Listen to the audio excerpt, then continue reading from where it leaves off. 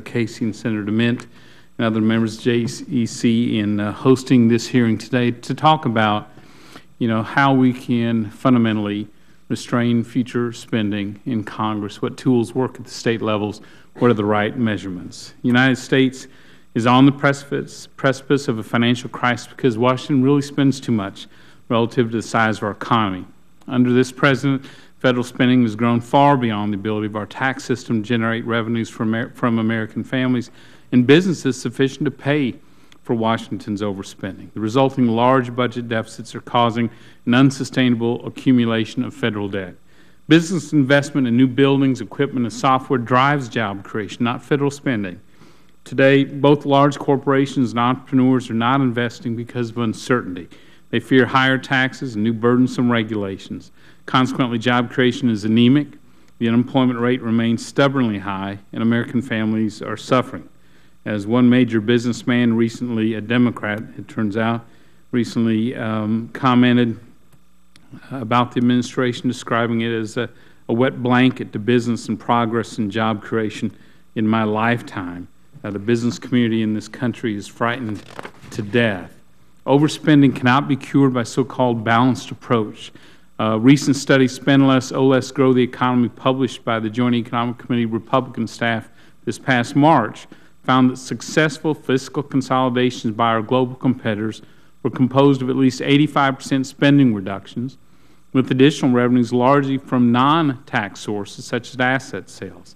Balanced approaches that included both spending reductions and tax increases failed in other countries.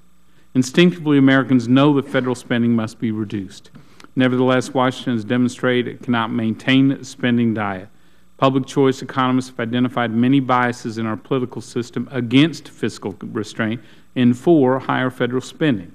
When I became Vice Chairman, I asked the Joint Economic Committee Republican staff to examine what constitutional and statutory tools our global competitors and our states use to control their government spending. The results were published in the study Maximizing Americans' Prosperity this June. The study found that our global competitors cap the spending of their national government relative to the size of their economy to put their financial house in order. We must do the same. Washington should also consider using a number of tools our states employ to control their spending, including the item reduction veto and sunset laws.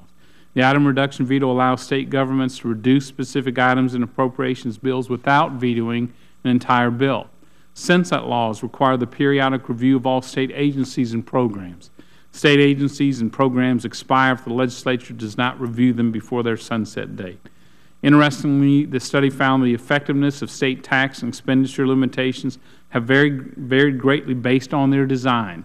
In particular, expenditure limits tied to measure of a state's actual GDP have been breached during recessions when mandated spending cuts proved to be politically unsustainable. Today's hearing will examine how these lessons can be applied to the federal government. Like our global competitors, Congress must establish spending caps. Yet from our own states, we've learned the durability of spending caps through business cycles depends in large part on how they're designed, their metrics.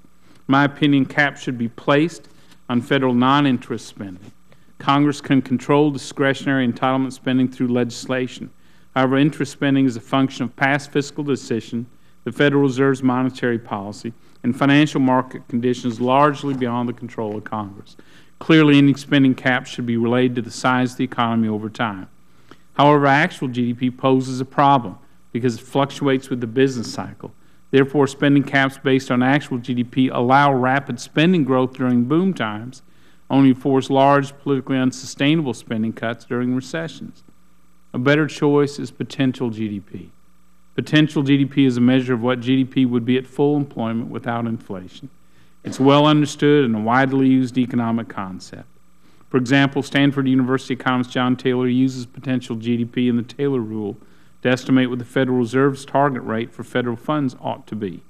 The Congressional Budget Office already calculates potential GDP for its 10-year budget window. Potential GDP is the GDP family's smarter brother. Using potential GDP provides a more stable path for controllable spending through time, eliminating the spending blowouts on the upswing and preventing draconian spending cuts on the downswing that have not proven to be achievable. Given the differences between Republicans and Democrats on the size and scope of the federal government, It's unlikely we'll agree on the level of spending caps. However, I hope we could agree on the metrics used to design them. I look forward to hearing the testimony of today's witnesses. With that, I would like to yield to the chairman of the Joint Economic Committee, Senator Casey. Vice Chairman Brady, thanks very much. I don't know if Senator DeMint, if you want to jump ahead.